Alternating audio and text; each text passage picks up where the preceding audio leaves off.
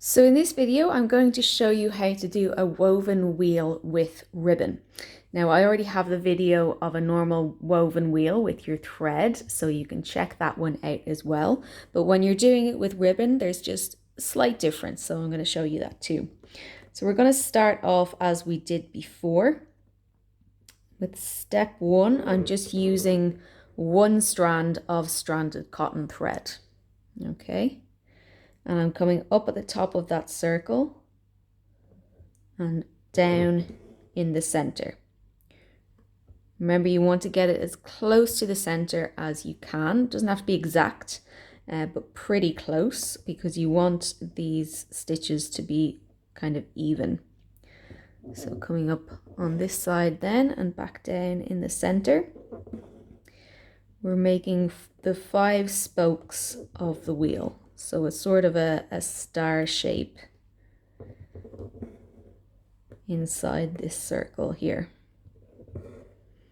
If you find it easier to draw it out first, you can. That's no problem at all. You'll be covering up all of this space in here anyway. Okay, so a little star shape like that. And I'm just going to secure that thread with a couple of stab stitches here.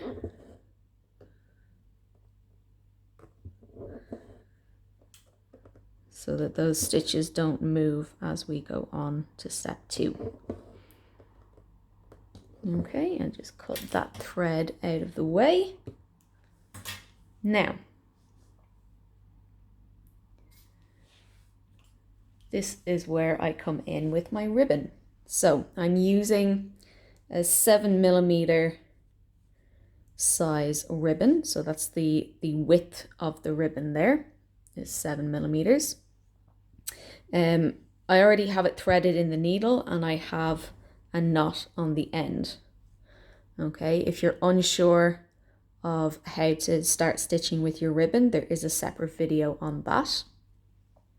And I'm using quite a long length for this, okay? It's roughly around 1 meter length for my woven wheel.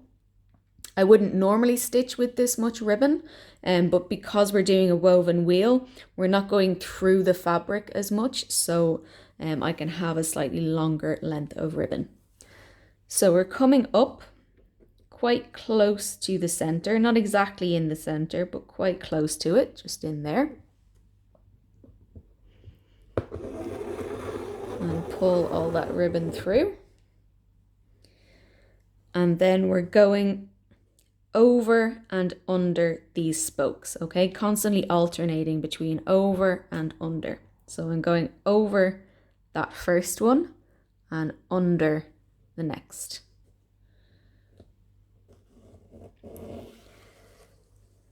And just pull that ribbon through.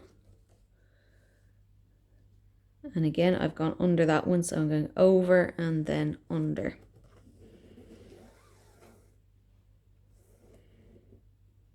And over and under. And same as before, you can see because we have an uneven number of spokes, that as I come around each time, it's alternating. So where I went under that one on my first round, I'm now going over it. Now, you don't need to worry too much about that. It does it automatically, but just to explain what the idea is behind it there. So you're constantly alternating between that over and under. Now, the first 2 rounds here, I'm pulling fairly tight so that we get the center all covered. You don't see any fabric in between there. And once I've done kind of 2 rounds of this, we're going to change it slightly. This is where it differs from your woven wheel with thread. When you're using ribbon, you want to get a nice twist on the ribbon, okay? You don't want it to be lying flat against each other after each round. You want to get a nice twist in it. So what we're going to do, I'm just going to zoom out a little bit so you can see it properly. I'm going to just hold that needle in my fingers and just twist like that, just a couple of times.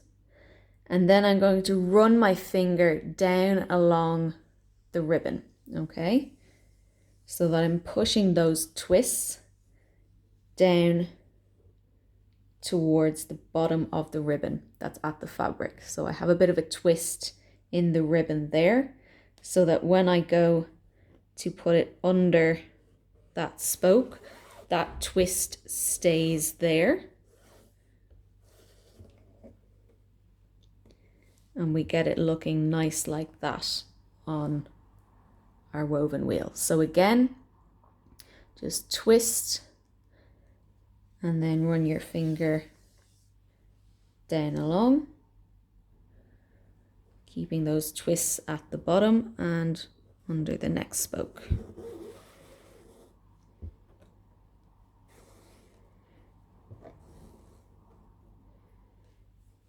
So just continually doing that.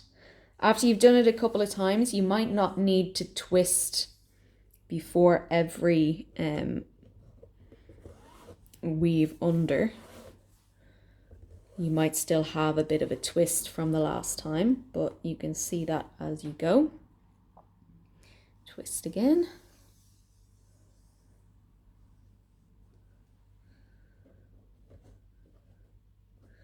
So you'll notice as well that I'm not pulling quite as tight as I did on those first 2 rounds, because I want the ribbon to just sit nicely together. I don't want it to look too squashed or pulled in on itself.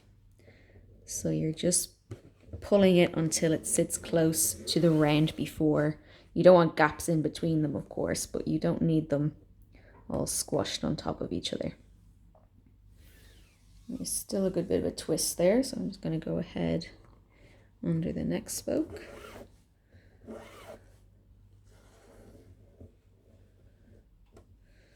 And don't be afraid if your rounds kind of overlap a bit there, because you want it to look natural like the petals of a flower.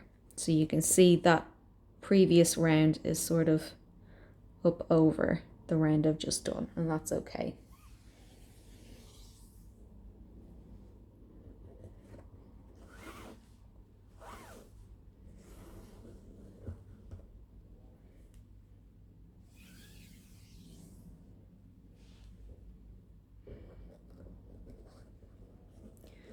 So you can really start to see it take shape here now.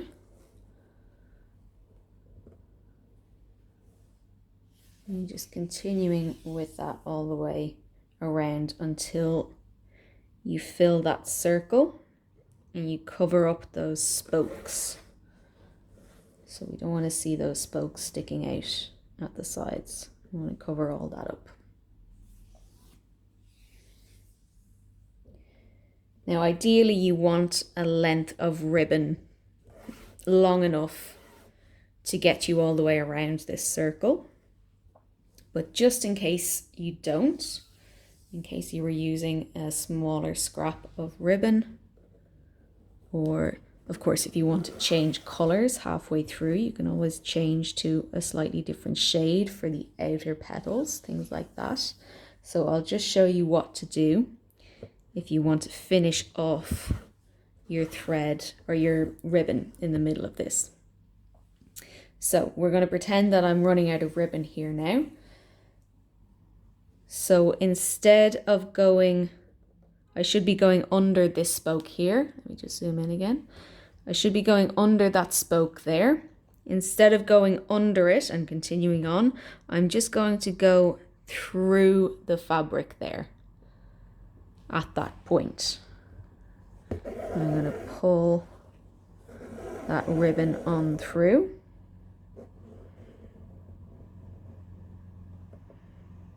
Again, you don't want to pull it too tight, just so that it's sitting nicely there. Then you finish off your ribbon, you tuck it in at the back. I'll show you that when we finish off this completely. But then when you come in with your new piece of ribbon, whether it's just a new piece of the same color or if you have a different color or whatever, you just come up again at the point where you left off. So I went through the fabric there. I'm just coming up on the other side of that little spoke there, okay? As the ribbon would if you were just dipping under it. So coming up at that point and just continuing on as normal. So again, I want to twist my ribbon and continue on around the circle. Okay, so very simple. You just pop through the fabric and then pick up where you left off.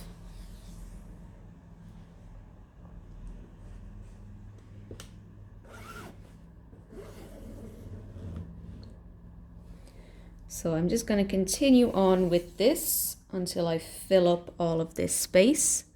And I'll come back to you when we're at the end just to finish off. And so we almost have it filled up here, and I just wanted to show you at this point it's very difficult to see those spokes of the wheel. So what you can do is just feel around for them with your needle. Okay, you can sort of move the ribbon out of the way a little bit, but it's easier if you just feel around for them with your needle and then you know where they are. So I've gone under one there. I should go over that one, and that's the next one there that I'm going to slip under. At this point as well, you want to be very careful that you don't, when you're going under, that you don't pierce some of the ribbon that's already there, because that will make you kind of pull that other round through, and it will really distort your flower there. So you want to be very careful of that. If you really want to, if you're finding you're having an issue with that, you can always pass through the eye of the needle rather than the sharp end. So I'm going under here. So if you want to, you can pass through with the eye of the needle so that you're much less likely to pierce any other ribbon that's there. So I think that's pretty much filled up now. I don't see the spokes sticking out on the side, and I don't see any of that circle drawn on the fabric.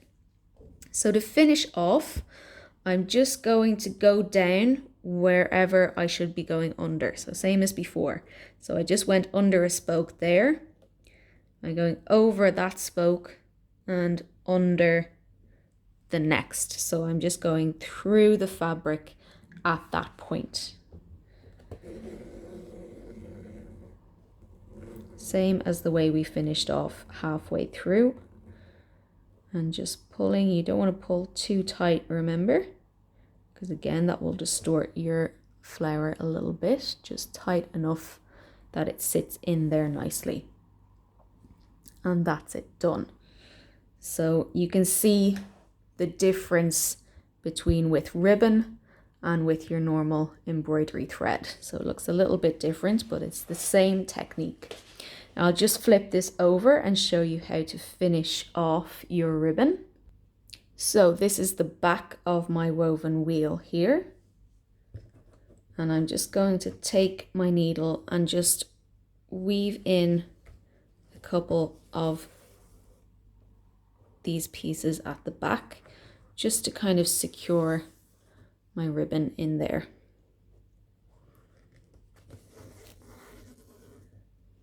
That should be plenty. And just chop off the excess. Okay, anything that you have ribbon embroidery on, you're not going to be kind of putting in the wash, or you're not going to be too rough with it. So just securing it in like that is fine. And there you have your woven wheel with ribbon. And you can see it really comes off the fabric there as well.